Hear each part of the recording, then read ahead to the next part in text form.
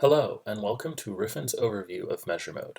This video will introduce you to the key concepts of measure mode, Riffyn's interface for recording your experimental data. Riffyn was designed with data analysis in mind, so it is important to start with learning how Riffyn organizes your data in measure mode before making a process flow diagram in design mode. Riffyn's measure mode is designed to join procedural data with results data and to join related data across steps of a process. To access the experiment used in this video, navigate to the public section of your process library, open the Measure Absorbance process in design mode, and then select the exploratory DOE experiment from the drop-down list to enter measure mode.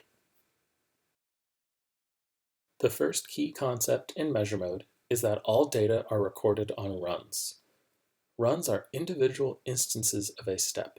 For example, in the measure absorbance process, step 1 is get dilution buffer. Therefore, the number of runs on this step equals the number of dilution buffers used in the experiment. Data on runs are recorded in the form of property values.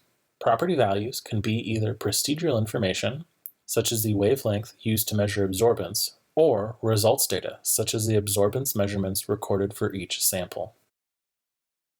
Property values can be either single-valued, that is, one value per run, such as the wavelength used for measuring absorbance, or multi-valued, meaning that the property value is measured several times for each run, such as when an absorbance is read multiple times for each sample. Runs and their associated data can be entered into Riffyn manually,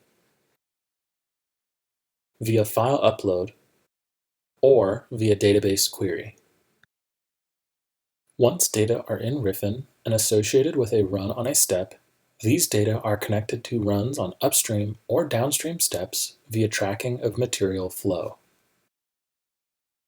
If the output of one step becomes the input of the next step, then the data from these two steps will be joined together automatically based on the material used.